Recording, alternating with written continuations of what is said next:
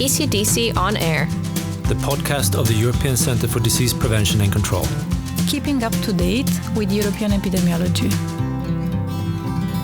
Hello, welcome, and thanks for tuning in to the European Centre for Disease Prevention and Control audio series, ECDC On Air. I'm your host Lee, recording from our headquarters in Stockholm, Sweden. This past year through the pandemic, you might have heard of ECDC being mentioned here and there, but you may be unfamiliar with what actually goes on here in Stockholm when we're not talking about the COVID-19 pandemic. As an EU agency, ECDC aims to strengthen Europe's defences against infectious diseases. We cover a wide range of subjects including surveillance, preparedness, epidemic intelligence and response measures. We provide scientific advice, give public health training, and raise awareness through our disease programs. Put simply, we do quite a lot. In celebration of World Field Epidemiology on September 7th, we sat down and spoke with Adam Roth, Head of Fellowship Programs here at ECDC, for today's episode. World Field Epidemiology Day itself is organized by the Training Programs in Epidemiology and Public Health Interventions Network, much more easily referred to as TEFINET. The day aims to raise awareness of the vital role that field epidemiologists play in protecting the health of populations and global health security in general. While we will let Adam go into detail of what field epidemiology actually is, before doing so we wanted to shed a little light on the date itself, 7th of September. On the 31st of August 1854, a major outbreak of cholera occurred in Soho, London. At the time it was believed that cholera spread through the air, not water, and what we now know as germ theory had not yet been established, and wouldn't be until 1861. Local physician John Snow identified a large number of infections around a water pump near Broad Street. After mapping the incidence of cholera geographically, Snow was able to show how cases of cholera occurred around the aforementioned water pump. Snow took his findings to the local parish officials, and the handle of the water pump was later removed. There are many interesting details to this story, which cannot be covered here, but the day Snow took his findings to the local officials, 7th September, is the day we celebrate the work of field epidemiologists worldwide.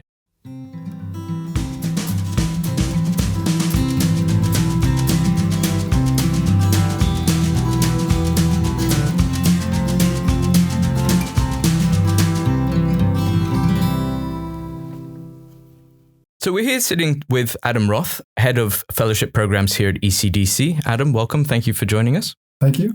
So we're going to be talking about World Field Epidemiology Day and field epidemiology in and of itself. So to begin with, what is field epidemiology? So field epidemiology is about communicable diseases, first of all, and it's also close to action, and it needs to have a public health relevance, really. And one of the main components of field epidemiology is dealing with public health events such as outbreaks. And also another really important component is surveillance, which is data for action. Okay, so why do we need a special day such as September 7th to highlight this? I think it's been clear now that this is such an important field, and it's important for the public health and for saving lives of people. And I think, therefore, we need to showcase this field in order for us to to draw resources to it and also to make it grow and contribute as much as it can. And I think, therefore, it sometimes, if it may have been neglected before, it should not be, and it should be really clear from this latest pandemic and from other pandemics how central field epidemiologists are to both preparedness and to response against pandemics. And it's not only COVID, it's SARS, it's H1N1, and other previous outbreaks like Ebola and so. Okay, one of the things that we hear a lot in public health are a lot of acronyms and organizations. So one of those is TEFINET. What is TEFINET? So TEFINET is the global network of field epidemiology programs. And the main work of TEFINET is to build a workforce that will protect then people against public health events. And I think this is really important because what we're actually doing is we're getting people in these different field epidemiology training programs to speak to each other so that we actually can react to public health events better. Furthermore, also it works with raising standards and setting standards, so to raise quality within FETPs or field epidemiology programs in the world. Okay, perfect. So before we get into programs that you're talking about there, I want to talk a little bit about what field epidemiology is sort of more concretely, because it's something that, as you said, is we need to hear more about, we need to understand more in terms of public health. Do you consider it more of a preventative side of public health, or as being disease detectives that have an investigative role after an outbreak has occurred? Which side does it fall on more, would you say? I would say both. Really, it's a broad area, and it works definitely on prevention and definitely also with response. We call it the EPIET, so this is intervention epidemiology. So it's very much about that. It should work with making a change or making a difference.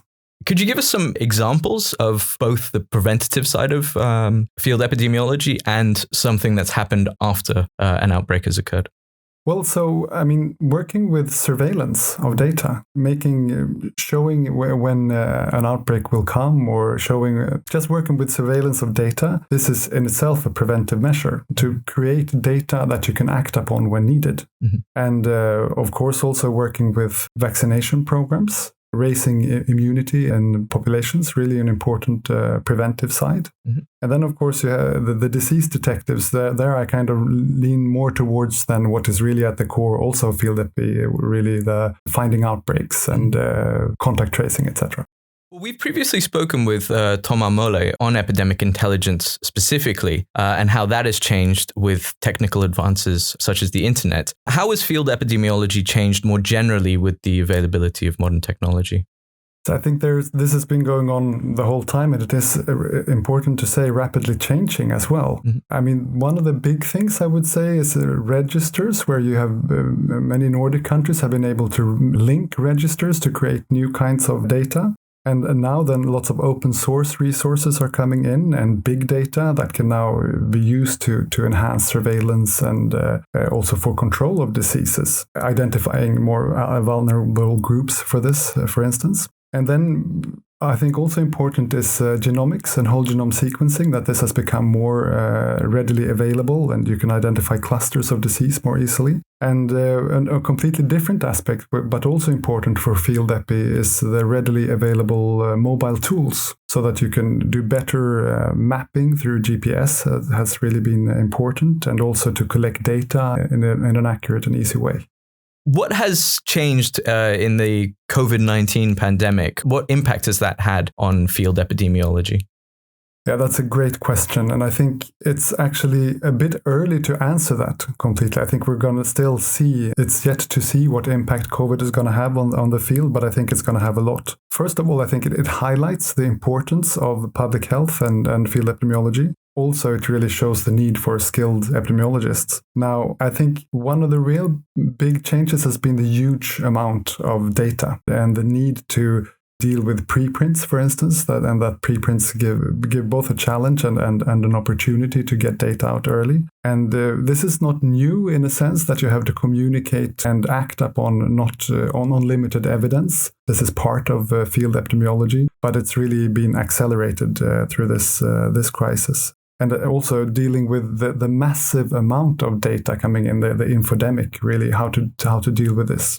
And I'm also, I think we need to mention the real rapid development of vaccines. This has really put challenges to the field epidemiologists in terms of how you have to very quickly set up vaccination policy, and you have to roll out mass vaccination campaigns and establish ways of following up both adverse events and effectiveness, and to deal with vaccine hesitancy in a way that in a large way that you haven't done before. So what impact has the COVID-19 pandemic had on field epidemiology in terms of the public health measures and physical distancing? Has that made the work more difficult? Yes and no, in a sense, because I think, first of all, these have been temporary measures, and also field epidemiologists are considered the frontline workers. So often they have been allowed to go to work and carry through their work. And with the help of technology, you could also continue doing contact tracing, and you could do surveillance despite the physical distancing that has been ongoing. Mm-hmm. So you mentioned contact tracing there. This has become quite a familiar term to the general public now. How much of the work in field epidemiology relies on the speed of this and the ability to find contacts as soon as possible? Well, I mean, here it would depend on the disease, but in COVID, it's been really clear that it's really central and important that it's done, and it's done quickly, and it can really make a difference. Although in many cases, once it becomes a hugely amount of cases, it may also be difficult to keep up. Okay, so I want to move on to EPIET and EUPHEM, which are the fellowship programs that you work with. So as we mentioned, you're the head of the fellowship programs here at ECDC. Can you tell us more about your specific work here? Yeah, I think it's a fascinating role, and it's like being a spider in a quite big and complicated web with lots of people and stakeholders involved in this. So basically, we're running and enrolling and recruiting fellows each year to these programs. And it's around 30 to 40 fellows each year. And then we run them in parallel. So that you have around 60 to 70 fellows working each year. And much of the work is about, of course, driving the field and seeing what is important to develop in order to make the program most relevant for the fellows, but also, of course, to the member states, because it's about working together with the member states and the training sites where the fellows are positioned. So I would say a lot of the work is to communicate well with the training sites and to hear their needs and discuss where do we make the biggest difference in this program. So what kind of things are the fellows trained in specifically? Are they doctors before they get there, or who are they? Well, it's a broad range of specialities that can be attracted to the fellowship. Doctors is one of them, or other public health experts, and with other trainings in the medical or other fields before that. It can be veterinarians, and it can be even data specialists or statisticians, etc. So the common focus will then be that they are important to the training institutions in their specific field. We mentioned EPIET and EUPHEM as two paths of the two-year program that we offer. When did they start, and how did they become something that ECDC works with?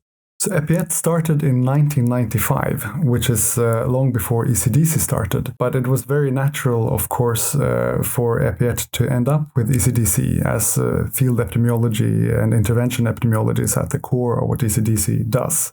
The EUPHEM started in 2008, and the focus of EPIET is to build field epidemiologists and intervention epidemiologists, and the focus of EUPHEM is to build public health microbiologists. So it's two different careers, basically, but that then can communicate really well. The biggest difference in terms of what they go through in the programs is where they are located. Otherwise, most of the training is the same. So public health microbiologists, they are based primarily in a public health lab, whilst the EPIET epidemiologists are primarily based in surveillance units at public health institutes. Could you explain a little bit more about what a public health microbiologist is?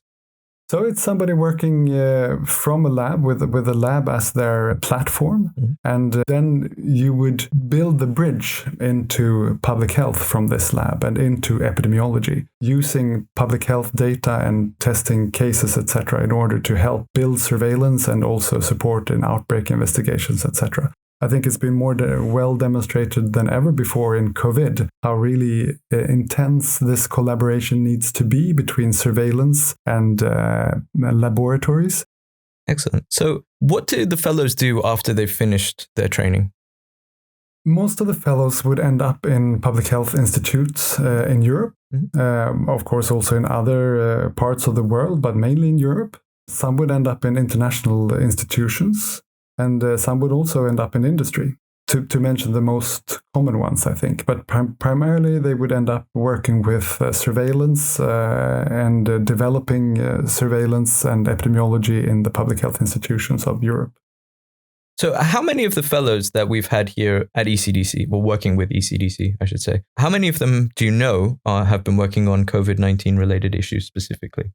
Well, for those enrolled, I know that all have been involved in some way. That's been part of their work now that they've been at the public health institutes. And then for those that have graduated before, I do not have numbers on that, but I am aware of many, of course, that have been enrolled in some way, and some in very prominent positions in the international institutes or public health institutes in decision-making positions.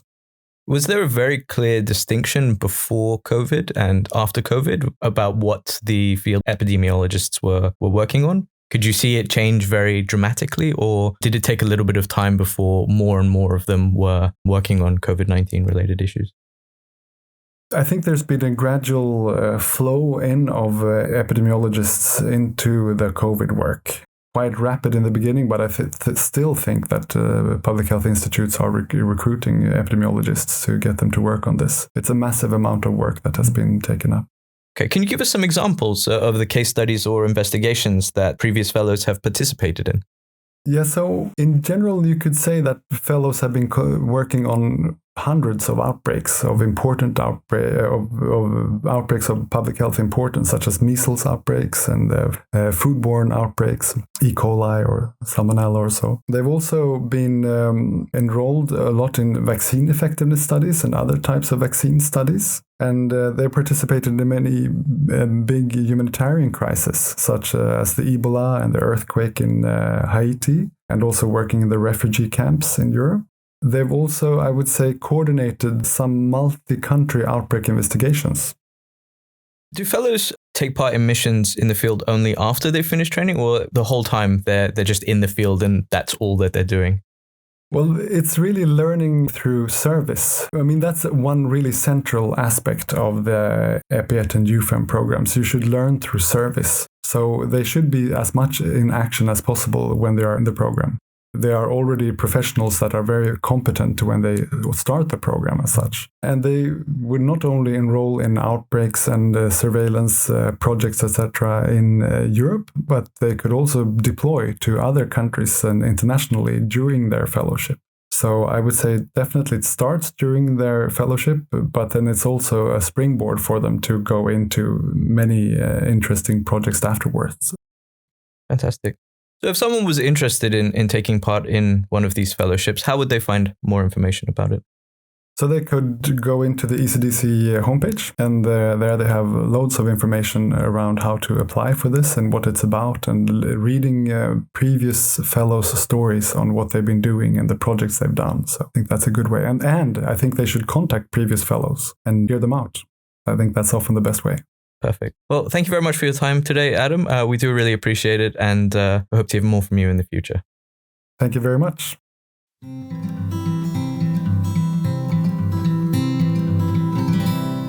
We hope you enjoyed hearing more about field epidemiology. If you are interested in learning more about the EPIET and EUPHEM programs, or TEFINET, you can find the links in the notes of this episode. For more information on ECDC, please visit ecdc.europa.eu or follow us on social media for the latest news.